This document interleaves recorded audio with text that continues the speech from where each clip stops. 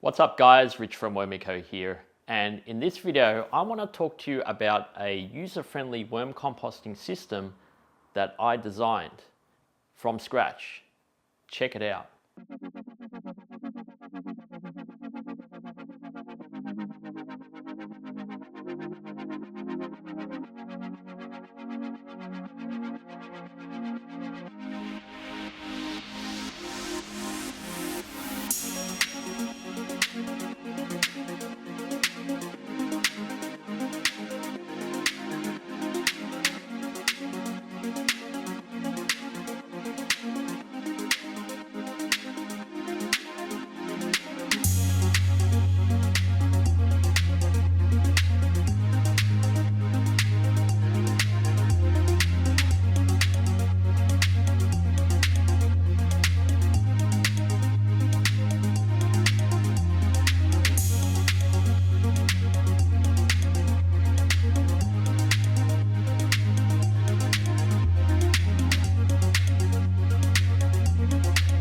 So why composting, and for that matter, why worm composting? Well, as it turns out, I live in an apartment with my family, and the apartment has, a balcony. It's a decent sized balcony, and but the idea of composting really didn't occur to me living in an apartment. I had a few plants, but not enough to give the idea of composting a go. And back in 2022, I was in a hardware store and I was looking for some stuff for my hydroponics project. And I was looking around and I come up to the composting section of the store. And I saw the worm farms and I thought, this is kind of interesting. So I didn't give it much thought. I ended up buying a small household worm composter and some worms, and I thought, this will just be fun. So that's pretty much how I started with my worm composting journey.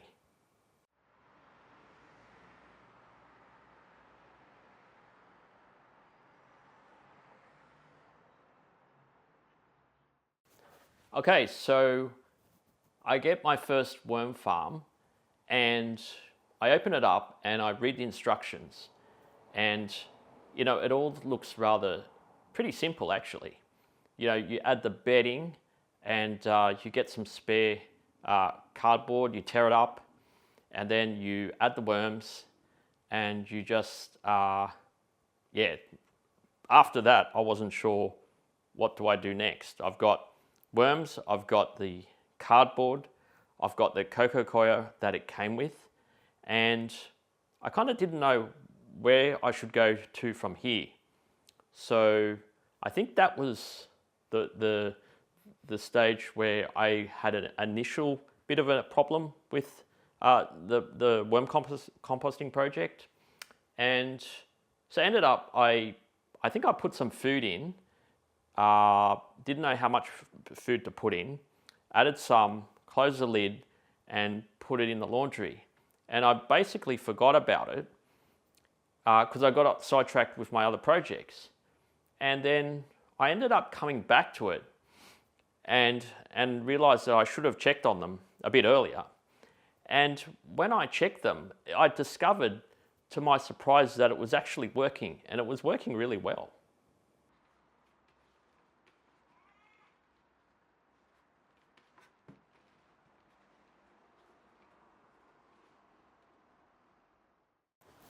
Okay, so I've got a worm farm that's now working, and the worms are eating the food and the bedding looks like it's turning into worm castings, but I didn't know what to do at that point.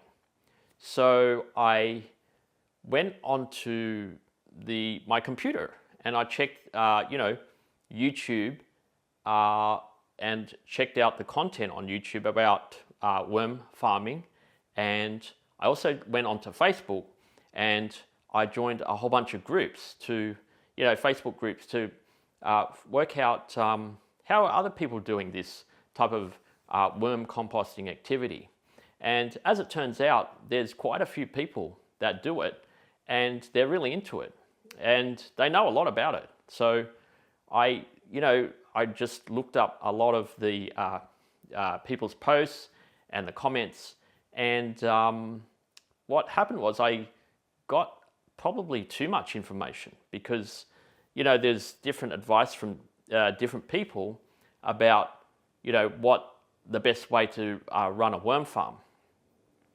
There was also things like the worm species, like which is the better species of worm to use in your worm farm, and then whereabouts do you live, because that depends on the actual temperatures, the ambient temperatures that some worms like hotter temperatures, and some worm species like colder temperatures. And then there were different worm systems, like you had the DIY systems that a lot of people were big fans of, and you had the commercial systems like the one I purchased, and you had these really big systems, and even outdoor in-ground worm bin systems. So yeah, there was a lot of stuff to go through and filter through to just to make sense of how I should apply all this information to my worm farm.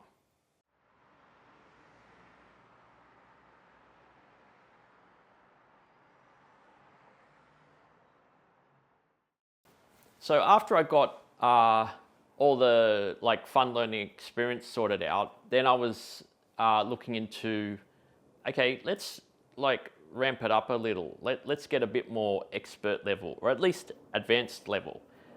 So how can we make the worms multiply? How can we increase the activity? How can we get them to come up to the surface? How do we, I had the tower system with the trays, so how do we operate the trays optimally? Which is the working tray? Is it on the top? Should I have it on the bottom? And then there was the question of harvesting castings. So how do I harvest those castings over time? So once the worms have all processed all the material, the bedding and the food, that what they'll leave is those worm castings. How do we actually harvest them in an efficient way that we can use?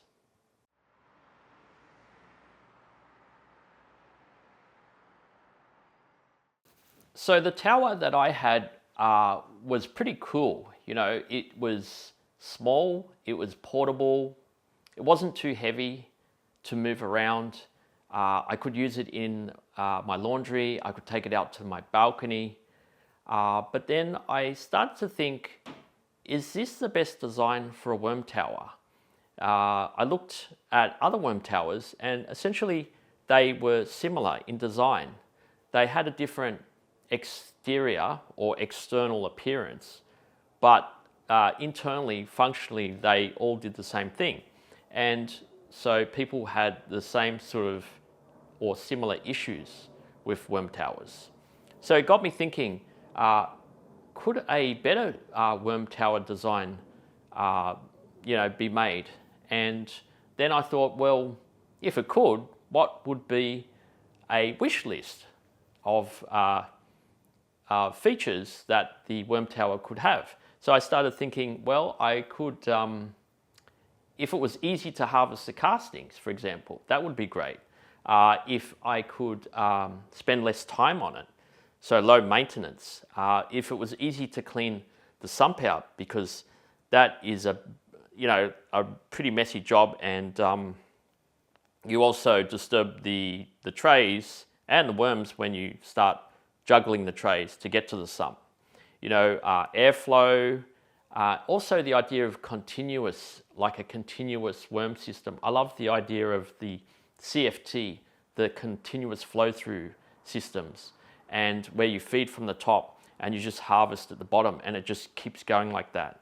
And so I loved that idea, and I thought, well, could that even be possible in a worm tower?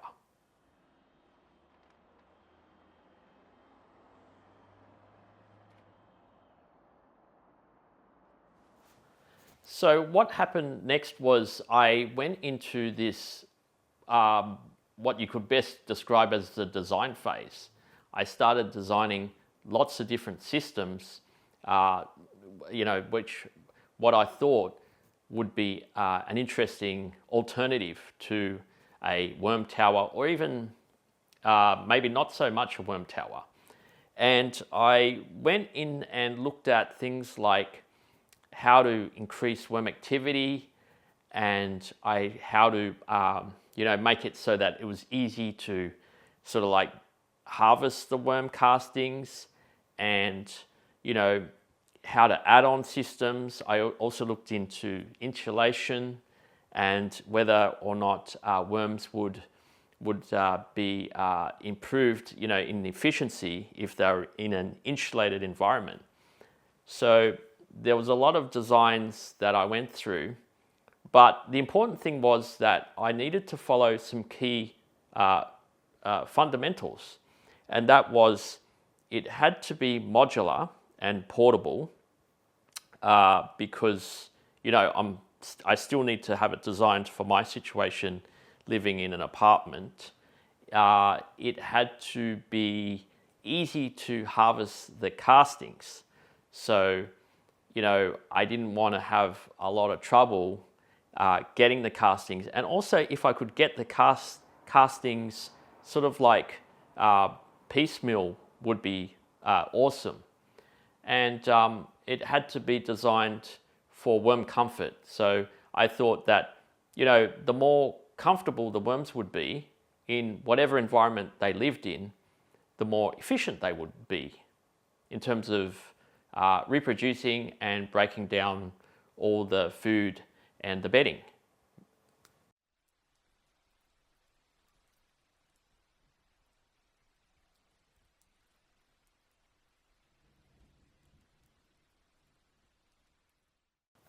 So I went through, lots of different interesting designs, and some of them looked like towers, others looked like kind of like really cool pods, and they were circular.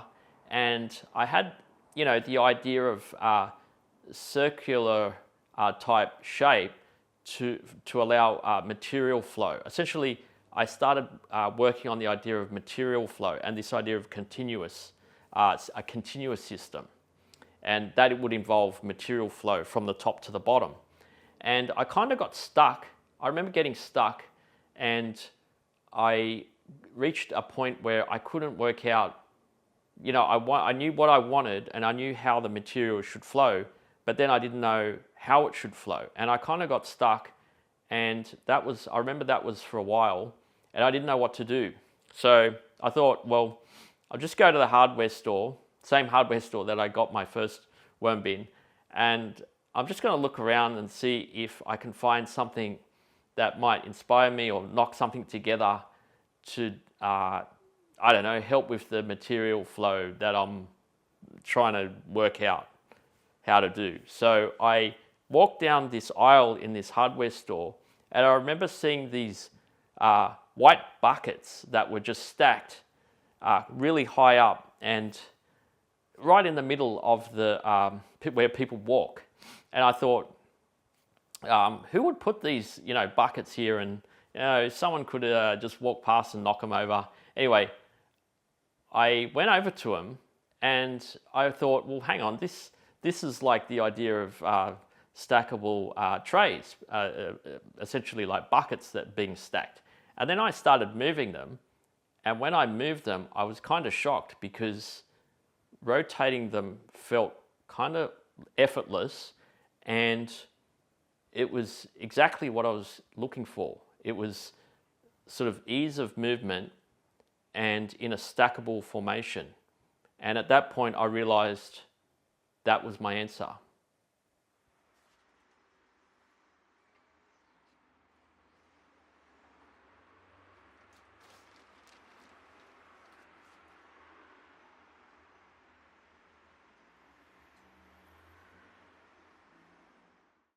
Okay, so I got my design that I thought was, the right one to move forward with, and I had it designed in CAD, but the problem is, in order to test it, you need to come up with a prototype, and The problem with a prototype for a worm bin system is that it's gonna be expensive, because to 3D print something, you know, this large and this many trays is all going to add up, and it's going to be really costly.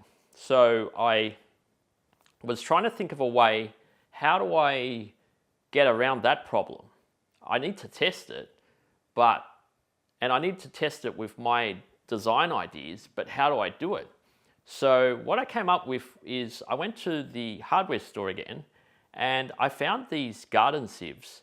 And it turns out that these two types of garden sieves that I found in two different hardware stores would be able to nest inside each other and give me that idea of being able to rotate and, you know, mimic the idea of material flow. So all I needed to do was cut the floor out of the sieve, put in my proprietary designed floor, bolt that in, and then 3D print the rest of the parts.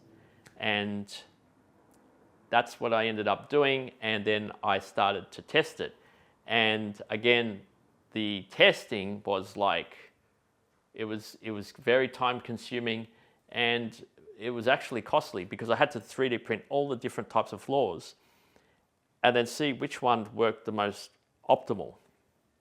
So I went through a lot of 3D prints, and you know, I had to try you know, different tolerances, and then get the worms to go through that, and then I had to wait for the worms to do their thing, and it was very time consuming to go and run through all those tests.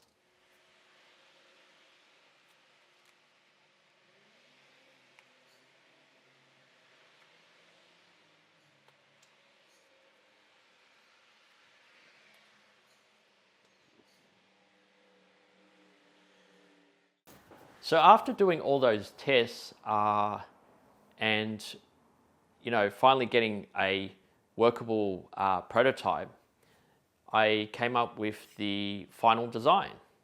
And this is what it looks like. It's on the outside, it still has the external appearance as a tower, and it's still modular and portable. And on the inside, the functional elements are different to a tower. So it's interactive. You can rotate the trays to allow the material flow. And the features that it has consist of, like the sump, you know, it's detachable from the bottom underneath the stand, and you can use that to gauge like if the system is too wet, for example. If worms have escaped into it, you can put them back. And that sump tray also acts as the harvest tray, so that when you want to harvest the castings right on the very bottom tray, you can rotate it. Again, it can rotate and allow the castings to fall into that harvest/sump tray. And the idea is that it's also continuous. With the material being able to flow from the top to the bottom, you feed in the top and let the worms do their thing, and let them process the material, and it falls through those apertures and settles down eventually to the bottom. And hopefully by then the bottom, you know, layer, the consistency is nice and processed and not too wet, and you can grab those castings out there in the bottom harvest tray. So in my spare time, when I wasn't playing around with worms and, you know, towers and funky designs, I created a video series. And this video series consists of the first series is like worm basics or worm fundamentals.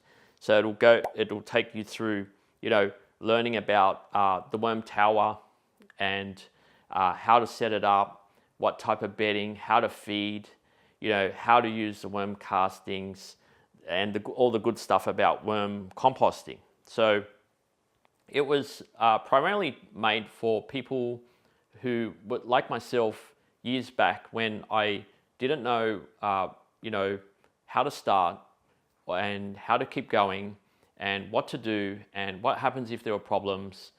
And I just wanted to get a quick crash course on worm farming without all the scientific terms and technicalities. I just wanted to grab it there in a quick, easily digestible way, and then just run with it. So that's why I created those series.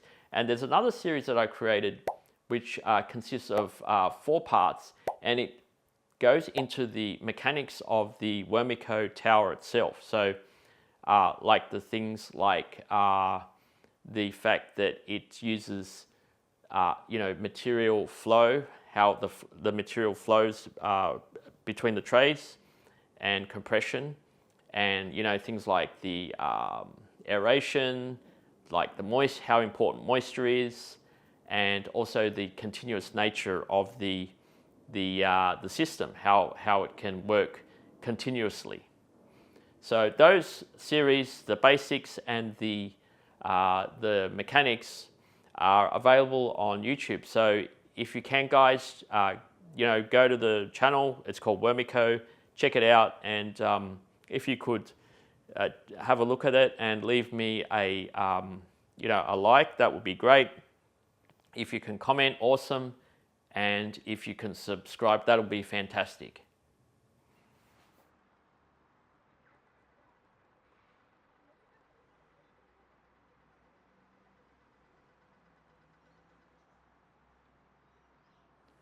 So where to next? Well, I've got the prototype, and what I want to do is I'm going to approach some organizations, and I want to get them to test out the system and to see how it performs for them in their environment, and I'll assist them along the way with that.